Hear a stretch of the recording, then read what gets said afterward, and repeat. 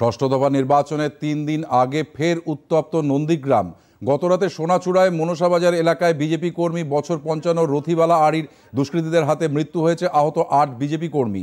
রথিবালার গুরুতর আহত পুত্রকে কলকাতা সুপার স্পেশালিটি হাসপাতালে ভর্তি করা হয়েছে। অন্য আহতদের নন্দীগ্রাম সুপার স্পেশালিটি হাসপাতালে ভর্তি করা হয়।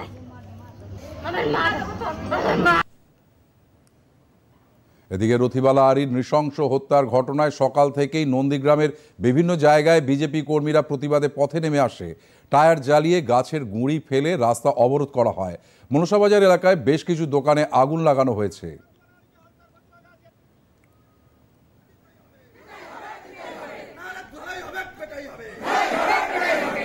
বিজেপির তমলুক জেলা সহ সভাপতি মেঘনাথ পাল এই ঘটনায় তৃণমূল কংগ্রেস আশ্রিত দুষ্কৃতীদের নিশানা করেছেন। এই বিষয়গুলো আমরা দাবি রেখেছি। গতকাল তৃণমূল কংগ্রেসের অভিষেক বন্দ্যোপাধ্যায় নন্দীগ্রামে মিটিং করতে এসেছিলেন। সেখানে মিটিং করতে এসে তিনি তার বক্তব্যের মধ্য দিয়ে কিছু প্ররোচনামূলক কথাবার্তা বলেছিলেন। গুন্ডাদের উৎসাহিত করেছিলেন যে বিজেপি যদি এই ধরনের কাজ করতে আসে তার হাত পা মাথা ভেঙে দিতে হবে, ফাটিয়ে দিতে হবে।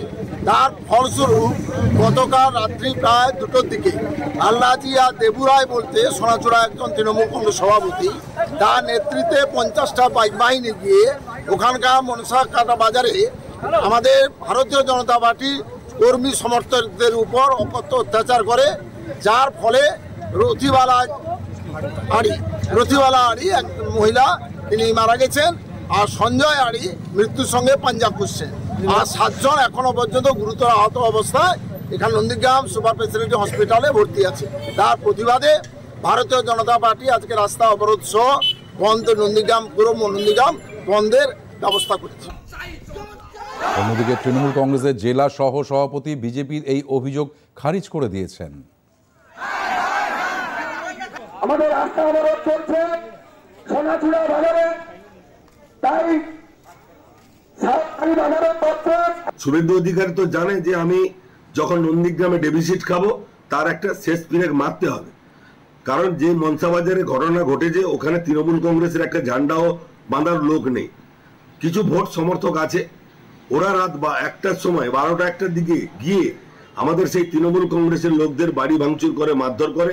তার প্রতিবাদে আদি বিজেপি এবং নব বিজেপিদের মধ্যে গন্ডগোল, মারামারি, ফাটাফাটি হয়ে একজন মারা গেছে। এই মৃত্যুকে আমরা কাম্য মনে করিনি, এটা দুঃখের, এটা ঠিক না।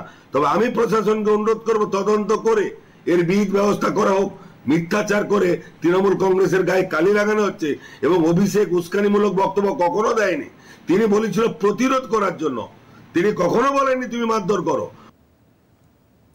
ইতিমধ্যে তমলুক ও হলদিয়া থেকে বিশাল কেন্দ্রীয় বাহিনী সহ বিশাল পুলিশ বাহিনী নন্দীগ্রামে এসে পৌঁছেছে। চলছে কেন্দ্রীয় বাহিনীর রুট মার্চ।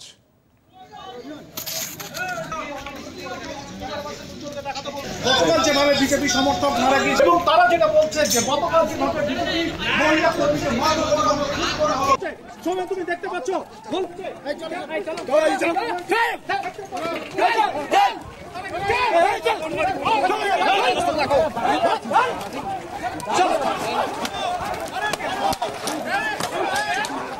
সেই ছবি আমরা একমাত্র দেখাতে পাচ্ছি।